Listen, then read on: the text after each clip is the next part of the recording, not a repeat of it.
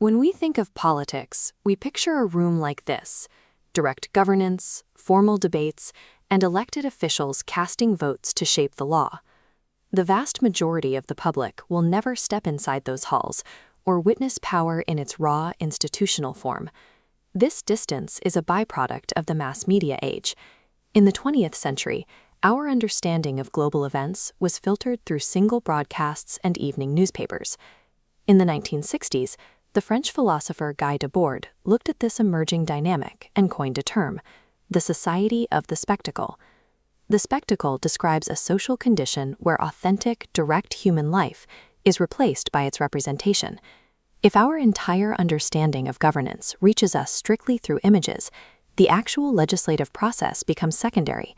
The image we see on the screen effectively becomes the reality we live in. The slow broadcast era is over.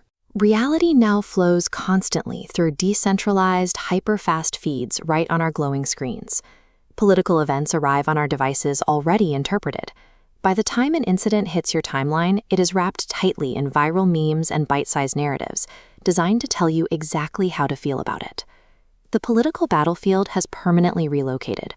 We are no longer debating the mechanical details of what actually happened. We are fighting over the fragmented, competing stories we tell about those events. These stories grip us because they exploit a psychological vulnerability inherent in modern meritocracy: status anxiety. In a society that promises everyone an equal chance to succeed, your social rank remains unstable and constantly up for review. Digital networks exacerbate this instability. They force us into a continuous, hyper-visible tournament where we measure our own success, respect, and cultural influence against millions of strangers in real time. Backlashes emerge from a deep emotional fear of losing dignity. This perceived erosion of societal rank and moral authority hits far harder than a change in economic policy. Modern political conflicts operate on this frequency. They are raw, emotional responses to feelings of humiliation, driven by a desperate attempt to reclaim a sense of respect. That status anxiety is the exact fuel source for the attention economy. The core rule of the internet is simple: information is infinite and essentially worthless, but human attention is extremely scarce and highly profitable. The algorithm's only function is capturing attention, ignoring whether information is factual or fabricated. It isolates the negativity bias, our instinct to react to threats and lost social status. It measures rapid clicks, pushing the most triggering content to the top. The digital infrastructure actively filters out nuance and complex explanations. By design, it structurally rewards and amplifies our deepest insecurities and societal divisions. Savvy political actors understand this architecture perfectly. They have adapted their strategies to feed the machine, transforming themselves from dry policymakers into engineers of the spectacle. Their primary weapon is narrative warfare.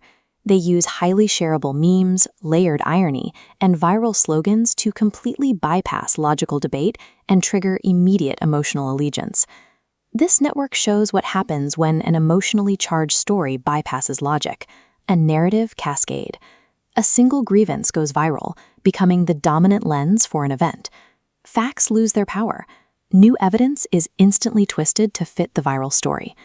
The ultimate prize in modern politics is interpretive power. Winning an election is temporary, but the ability to permanently dictate the story that gives meaning to the facts is absolute control. We are currently trying to operate a functional society while running two completely incompatible operating systems at the exact same time. The first system is epistemic logic. Epistemic logic is the methodical process of evaluating knowledge, relied on by science and traditional journalism. It is slow, highly structured, and built entirely on verifiable evidence. Contrast this with attention logic, which governs the entire digital sphere. It discards evidence in favor of speed, virality, and immediate emotional resonance. This collision explains why debunking false information often feels impossible. A slow, meticulously fact-checked correction simply cannot compete with the blistering speed of a fast, emotionally thrilling narrative. Misinformation flourishes because of a structural mismatch.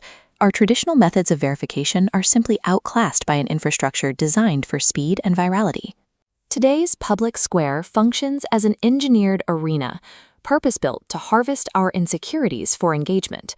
To navigate this space, we must upgrade our defense mechanisms.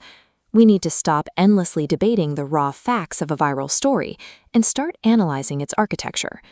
The next time you feel a surge of outrage scrolling through your feed, take a step back and ask yourself, who engineered this specific narrative, and exactly what deep-seated status anxiety are they trying to exploit?